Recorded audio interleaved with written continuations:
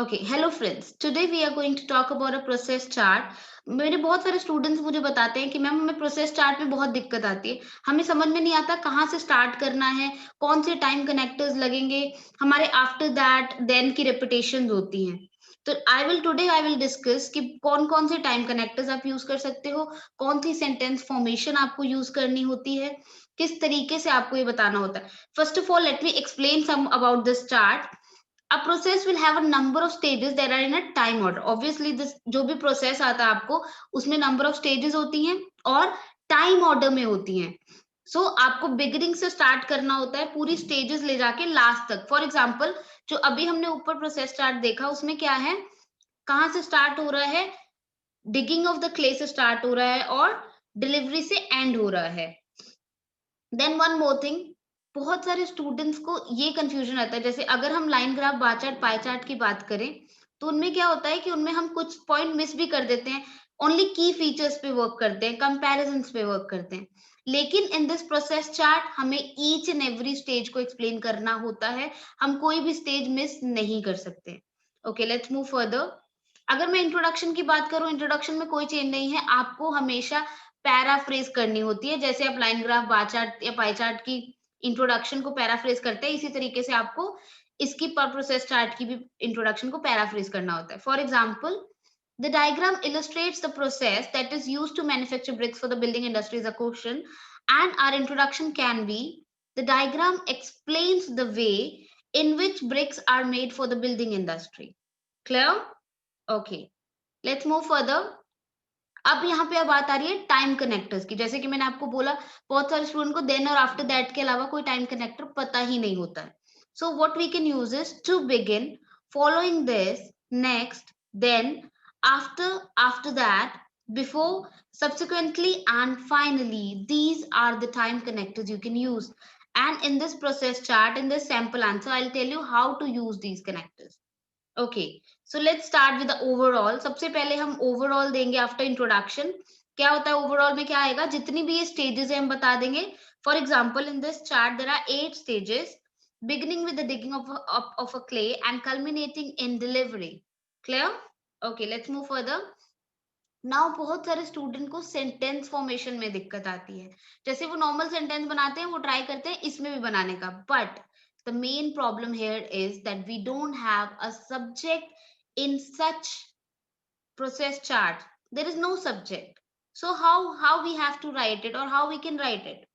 So we always have to use a passive tense, जो बहुत सारे स्टूडेंट्स को नहीं पता होता और वो गलतियां कर देते हैं because they don't know how to write it. So अगर मैं एक्टिव वॉइस की बात करूं, ये हमेशा प्रेजेंट इंडेफिनिट में रहता है। तो फिलहाल इसमें फर्स्ट वाली लाइन में तो हमारे पास एक सब्जेक्ट है, that is large digger dig up the clay from the ground. लेकिन आगे चल के हमारे पास वो सब्जेक्ट नहीं रहता। ओके, द क्ले हम इसको कैसे पैसिव में कन्वर्ट कर सकते हैं? The clay used to make bricks is dug up from the ground by a large digger. The clay is then placed onto a metal grid. इस तरीके से आपकी सेंटेंस फॉर्मेशन बनेगी। जैसे पैसिव का फॉर्मूला इसमें आ जाएगा, ऑब्जेक्ट, ऑब्जेक्ट हमारा क्या था ऊपर, क्ले फ्रॉम द ग्राउंड, लेकिन हमने यहाँ पे यूज कर दिया clay used to make bricks. Is am are लगेगा, ऑब्वियसली सिंगुलर है तो इज लगेगा, देन वर्ब की third form, then by plus subject. Clear?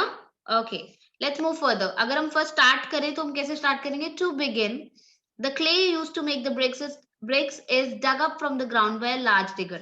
यहाँ पे देखिए नीचे क्ले को डग किया जा रहा है, कैसे? With the help of digger. The clay is then placed onto a metal grid, metal grid वहां पे है, उसके ऊपर उसको रख दिया गया। Why? Which is used to break up the clay into smaller pieces. इसको छोटे छोटे पीसेस में करने के लिए उसके ऊपर मेटल ग्रिड के ऊपर रखा गया। And a roller assist in this process.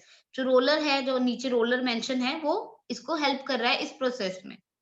Okay, following this, see the new connector, following this, इसके बाद sand and water are added to the clay. जो सैंड एंड वाटर, सी यहाँ पे हमारे पास सब्जेक्ट नहीं है, सैंड और वाटर ऐड तो हुए बट किसने किए? We don't have a subject.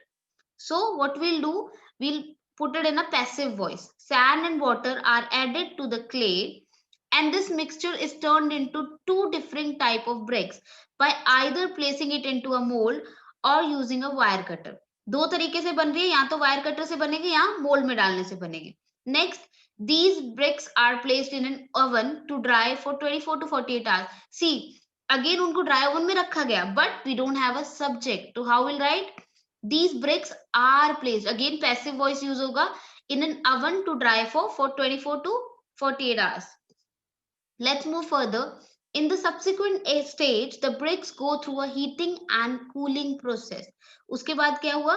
जो bricks हैं वो heating और cooling process से go through हुई. Then they are heated in a kiln at a moderate and then a high temperature.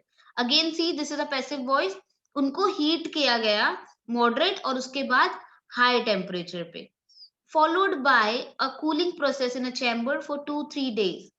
Finally, these bricks are packed and delivered to their destination. See guys, हमने एक भी connector repeat नहीं किया है यहाँ पे, and हमने प्रॉपर अलग अलग टाइम कनेक्टर्स यूज किए हैं, एंड पैसिव वॉइस यूज किया है। जब भी आप कोई प्रोसेस स्टार्ट लिखो, तो ये दो चीजें हमेशा माइंड में रखो, that normally we don't have subject for process start, so we always have to use a passive voice, and different time connectors you must learn so you can use it while you're writing a process chart.